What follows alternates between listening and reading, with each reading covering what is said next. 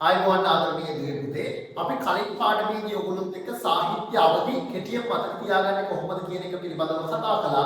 එතනදී අපි කියලා දුන්නා ඔයගොල්ලොන්ට සාහිත්‍ය අවදි කෙටියෙන් මතක තියාගන්න කෙටි ක්‍රමයක්. මම හිතන්නේ ඔයගොල්ලොන්ට මේ වීඩියෝ එක බලුවා නම් මතක ඇති.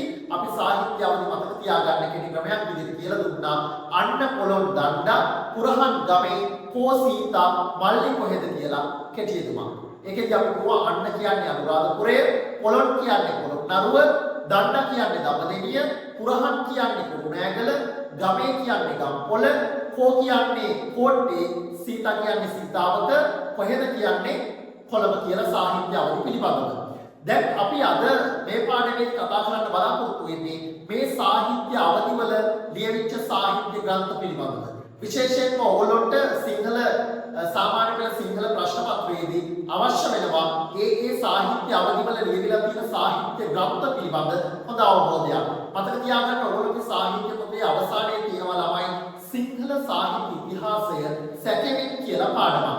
මේ කොටසදී ඔයගොල්ලන්ට දීලා තියෙනවා සිංහල සාහිත්‍ය ඉතිහාසයේ විවිධ අවදිවල ලියවිලා තියෙන ග්‍රන්ථ පිළිබඳ විස්තරයක්.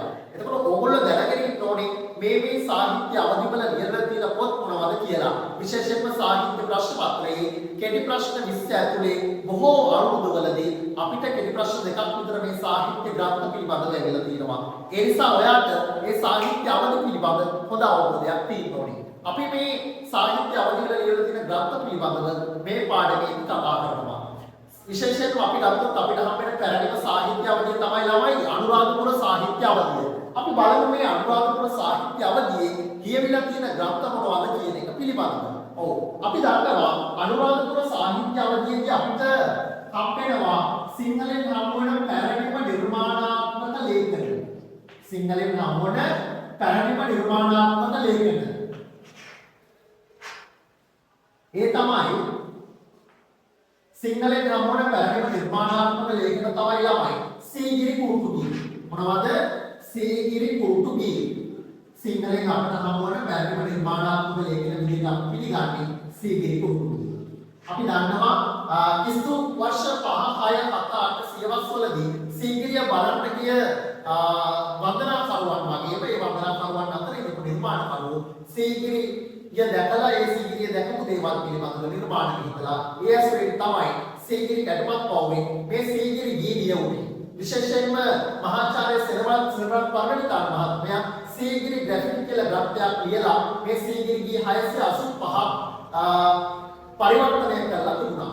ඒතර අපි දැනගන්න ඕනේ අපිට හම්බෙන්නේ මේ පැරණිම නිර්මාණාත්මක ලේඛන ඔන්න සීගිරි කුරුටුගී කියලා. ඔයා දැනගන්න ඕනේ එක දෙයක් දැන් මෙතන සම්පූර්ණයි.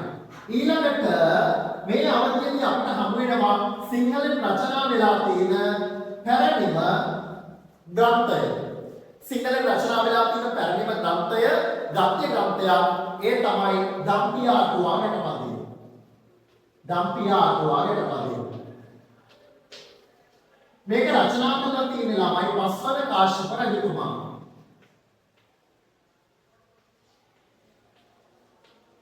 හරි. ඒ තමයි දැන් ඔයාලා ගන්න පැරණිම නිර්මාණාත්මක ලේඛන සීගිරි කුරුටුගී.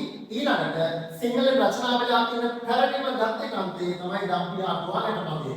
ඊළඟට අපි ඔයාලා අරගෙන යනවා සිංහලෙන් රචනා වෙලා තියෙන පැරණිම පද්‍ය කෘතියට. ඒ තමයි සියවස් ලක්ෂණ. සිංහල රචනා වෙලා තියෙන පැරණිම පද්‍ය කෘතිය තමයි සියවස් ලක්ෂණ. සියවස් ලක්ෂණ. එතකොට මේ සියවස් ලක්ෂණ පිළිබඳව කතා කරනකොට ළමයි මේක රචනා කරලා තියෙන්නේ ඔයගොල්ලෝ පොතේ දීලා තියෙන සිව්වන සේන කියලා. නමුත් ඇත්තටම අපේ සාහිත්‍ය පිළිබඳව විමර්ශනය කරනකොට අපිට අහුවෙනවා සියවස් ලක්ෂණ රචනා කරලා තියෙන පළමුවන සේන රජතුමා. ඒක පොඩ්ඩක් මතක තියාගන්න. ඒ වගේම මේ සියවස් ලක්ෂණ කියලා කියන්නේ ළමයි පෙරදිග විචාරකයෙක් වෙච්ච ගාන්ධීගේ කාව්‍යාදර්ශය කියන කෘතිය අසුරු කරගෙන රචනා කරපු ග්‍රන්ථයක්.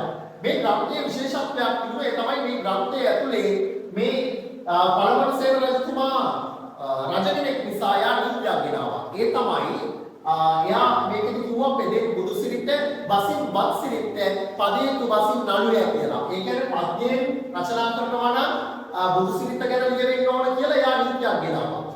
බසින් කියලා කියන්නේ ගද්‍යයෙන් රචනා කරනවා නම් व्रत चारित्र सिरित पिरित ගැන ලියන්න ඕන කියලා යා නීතියක් ගෙනාවා. පදේතු බසින් නළුය කියන්නේ ගද්‍ය පද්‍ය මිශ්‍රණ නාට්‍ය නිර්මාණ කියලා මේ සේන රජතුමා ගෙනාවු නීතිය ඊට පසු කාලීනව අපිට ලියවිලා තියෙන සාහිත්‍ය ග්‍රන්ථ වලින් අඳුර ගන්න පුළුවන්. මොකද අපේ බුදුදහමත් එක්ක යන සාහිත්‍ය ග්‍රන්ථ තමයි ඔක්කොම ලියවිලා තිබුණේ. ඊට අමතරව තමයි අනුරාධපුර සාහිත්‍ය අවධියේදී වැදගත් දෙයක් තමයි මේ අවධියේදී ලියුණා විනය ග්‍රන්ථ. අපි මේ අවධියේදී ලියවෙච්ච විනය ග්‍රන්ථ පිළිබඳව කතා කරනකොට අපිට හම් වෙනවා අනුරාධපුර සාහිත්‍ය අවධියේදී හෙරණසික හා හෙරණසික විනිස සහ සිකවලද හා සිකවලද විනය කියන විනය ග්‍රන්ථ දික්වය.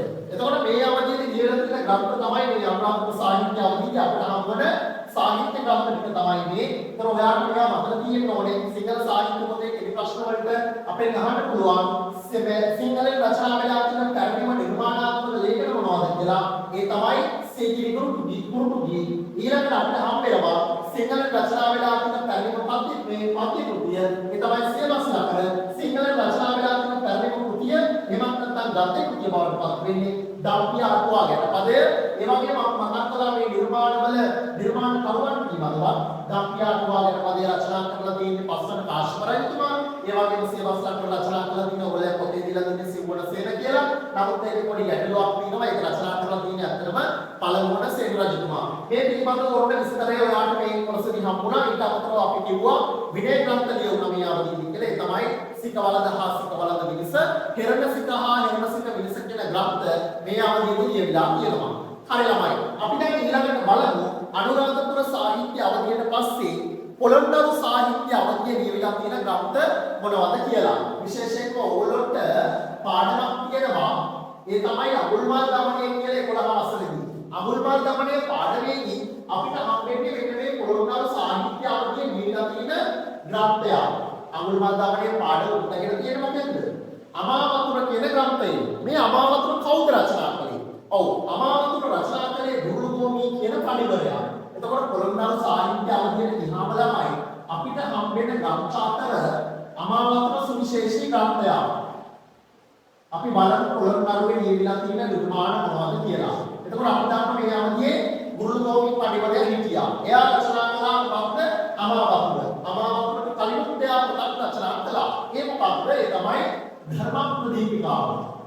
ධර්මප්‍රදීපිකාව කියන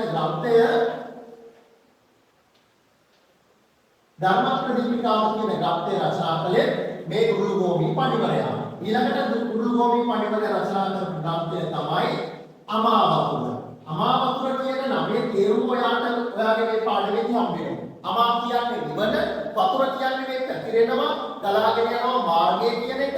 ඒ නිසා අමාවතුර කියන ග්‍රන්ථ නාමයේ තේරුම තමයි නිවනට මඟ කියන එක. හරිද? එතකොට මේ දුර්ලභෝමී කියන නමේ තේරුමත් අපි දැනගන්න මේ දුර්ලභෝමී කියන නමේ තේරුම තමයි බෞද්ධ උපාසකයා කියන එක. දැන් එතකොට මේ ධර්මප්‍රදීපිකාව පිළිබඳව අමාවතුරත් එක තැනක කියනවා මේ දුර්ලභෝමී පඬිවරයා හේ බුද්ධ ධර්මයේ මේ බුද්ධ චරිතය කියලා. එතකොට බුද්ධ ධර්මයේ විදිහට හඳුන්වලා තියෙන පොත තමයි ධර්මප්‍රදීපිකාව. බුද්ධ චරිතයේ විදිහට හඳුන්වලා තියෙන පොත තමයි අමාවතුර. දැන් අපි බලමු මේ අමාවතුර ග්‍රන්ථයේ පරිච්ඡේද කීයක් තියෙනවද කියලා. ඔව්. අමාවතුර ග්‍රන්ථයේදී අපිට හම්බ වෙනවා පරිච්ඡේද 18ක්. ඒකේ අපට නියමිත අඟුල්මාල් දමනය ඇතුළත් වෙන්නේ 7 වෙනි පරිච්ඡේදය. ඒකත් අපිට වැදගත් වෙනවා. හරි ළමයි. ඊට අමතරව අපි බලමු පොළොන්නරු සාහිත්‍ය අවධියේ ලියලා තියෙන වෙනත් ග්‍රන්ථ මොනවද කියලා. ඔව්. පොළොන්නරු සාහිත්‍ය අවධියේදී අපිට හමු වෙනවා සසදාවත, මොදේවදාවත වගේ නිර්මාණ කීපයක්. සසදාවත සසජාතකයේ ඇසුරෙනුත්, මොදේවදාවත මහාදේව ජාතකයේ ඇසුරෙනුත් තමයි රචනා වෙලා තියෙන්නේ. එතකොට අපි දන්නවා සසදාවත කියන්නේ ගීතාව්‍යයක්, ඒ වගේම මොදේවදාවත කියන්නේ ගීතාව්‍යයක්. මේ දෙකත් අපි මතක තියාගන්න ඕනේ. සසදාවත මම එතනම ඊට පස්සේ ගන්නවා මෙතනින් මොදේවදාවත. ඊළඟට අපිට හමු වෙනවා මේ අවධියේදී විද්‍යා චක්‍රවර්ති පඬිවරයා. විද්‍යා චක්‍රවර්ති පඬිවරයා රචනා කරනවා ග්‍රන්ථ තුනක්. ඒ තමයි බුත් සරණ, දම් සරණ, සන සරණ කියන ග්‍රන්ථ.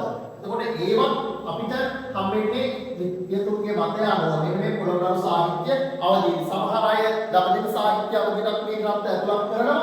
නමුත් අපිට හිතන්න පුළුවන් විද්‍යා චක්‍රවර්ති පඬිවරයා මේ දුර්ලභෝමී පඬිවරයාගේ සමකාලීන කාලීන නිර්මාණකරුවෙක් විදිහට ඒ නිසා මේ ග්‍රන්ථ අපි පිළිගන්නවා බුත්සන්න ධම්සන්න සංසන්න කියන ග්‍රන්ථ තුන මෙන්න මේ පොළොන්නරුව අවධියට අයිති කියලා. හරි. දැන් එතකොට ඔයාට අඳුර ගන්න පුළුවන් වෙනවා මේ අවධිය රචනා වෙච්ච ග්‍රන්ථ ගණනාවක් පොළොන්නරුව අවධිය. ධර්ම ප්‍රදීපිකාව තිබුණා, අමාවතුර තිබුණා, සසදාවත තිබුණා, මොදෙව්දාවත තිබුණා. ඒ වගේම විද්‍යා චක්‍රවර්ති පණිවරයාගේ බුත්සරණ, ධම්සරණ, සගසරණ කියන ග්‍රන්ථත් අපිට මේ අවධියේදී හම්බ වෙනවා. හරි. අපි දැන් සාහිත්‍ය අවධිය දෙකක් කතා කරාමයි. එකක් අනුරාධපුර සාහිත්‍ය අවධිය, ඊළඟට පොළොන්නරු සාහිත්‍ය අවධිය. මම හිතන්නේ ඔයගොල්ලෝට මේ අවධි දෙකේ ඇතුලේ තියෙන ග්‍රන්ථ මොනවද කියන එක පිළිබඳව අවබෝධයක් ලැබෙන්න ඇති. විශේෂයෙන්ම අපිට තව සාහිත්‍ය අවධි කීපයක් කතා කරන්න තියෙනවා. අපි කතා කළේ මුල්ම අපිට හම්බවන සාහිත්‍ය අවධි දෙක පිළිබඳව. ඒ පිළිබඳව ඔයාට දැන් අවබෝධයක් ඇති. ඔයාට සිංහල සාහිත්‍ය පේපර් එකේ කෙටි ප්‍රශ්නවලදී ගොඩක් වැදගත් වෙනවා. ගොඩක් වෙලාවට කෙටි ප්‍රශ්න දෙකක් විතර මේ සාහිත්‍ය අවධිවල ග්‍රන්ථ පිළිබඳව අහනවා. එතකොට ඒ ග්‍රන්ථවලට නිවැරදි උත්තරය ලියන්න ඔයාට මේ විදිහට සාහිත්‍ය අවධිවල ලියවිලා තියෙන පොත් පිළිබඳව මතකේ තියාගන්න එක ගොඩක් වැදගත් වෙනවා. අපි ඊළඟ කොටසේදී කතා කරනවා දඹදිව සාහිත්‍ය අවධිය සහ කුරුණෑගල සාහිත්‍ය අවධියේ ලියවිලා තියෙන ග්‍රන්ථ මොනවද කියන එක පිළිබඳව. ඒ අවධිවලදී අපිට නියමිත පාඩම් තියෙනවා නම් ඒ පාඩම් වලට අදාළ පොත් මොනවද කියන එක පිළිබඳව විස්තර සහිතව අපි කතා කරන්න බලාපොරොත්තු වෙනවා. හරි. එහෙනම් අද දවසේ ඇතුලේ අපි කතා කරේ ළමයි අනුරාධපුර සාහිත්‍ය අවධිය සහ පොළොන්නරු සාහිත්‍ය අවධිය ඇතුලේ ලියවිලා තියෙන ග්‍රන්ථ මොනවද? ඒ ග්‍රන්ථ කවුද රචනා කරේ කියන එක පිළිබඳව. මෙතනින් එහාට තියෙන දඹදිව සාහිත්‍ය අවධියේ ඉඳලා අපේ ග්‍රන්ථ පිළිබඳ මීටත් වඩා වැඩි විස්තරයක් අපිට කතා කරන්න තියෙනවා. මොකද මේ ග්‍රන්ථ පිළිබඳව තියෙන විස්තර ගොඩක් ඔබට වැදගත් වෙනවා. ඒ අවධිවල ගොඩක් පාඩම් ඔබට ඇතුළත් වෙන නිසා. අපි ඊළඟ කොටසේදී මේ පිළිබඳව කතා කරන්න බලාපොරොත්තු වෙනවා. අදට අපි මේ වීඩියෝ එකේ සමුගන්නේ ඊළඟ දවසේ දඹදිව සාහිත්‍ය අවධිය සහ කුරුණෑගල සාහිත්‍ය අවධිය පිළිබඳව කතා කරන්න බලාපොරොත්තු වෙනවා. එහෙනම් ළමයි අපි අදට අපේ වැඩසටහන අවසන් කරනවා. හරි ළමයි. අපේ වීඩියෝ එක ඔයා බැලුවා නම් ඔයාට පුළුවන් මේ වීඩියෝ එක පිළිබඳව ඔයාගේ අදහස් කමෙන්ට් කරගෙන යන්න. ඒ වගේම ඔයාගේ යාළුවට මේ වීඩියෝ එක බලන්න ෂෙයා කරන්න. ඒ වගේම ඉදිරියට එන මේ අපේ අලුත් වීඩියෝ බලලා ඒකෙන් ඔයාට දැනුම ලබා ගන්න අවශ්‍යයි නම් අපේ මේ YouTube channel එක subscribe කරලා තියාගන්න. එතකොට ඔයාලට පුළුවන් ඉදිරියට එන වීඩියෝ බලලා ඔයාගේ දැනුම තව තවත් වැඩි කරගන්න. එහෙනම් මතක තියාගන්න like කරන්න, comment කරන්න, ඒ වගේම share කරලා ඔයාගේ යාළුවෝ අතර අපේ දැනුම බෙදා ගන්න කටයුතු කරන්න.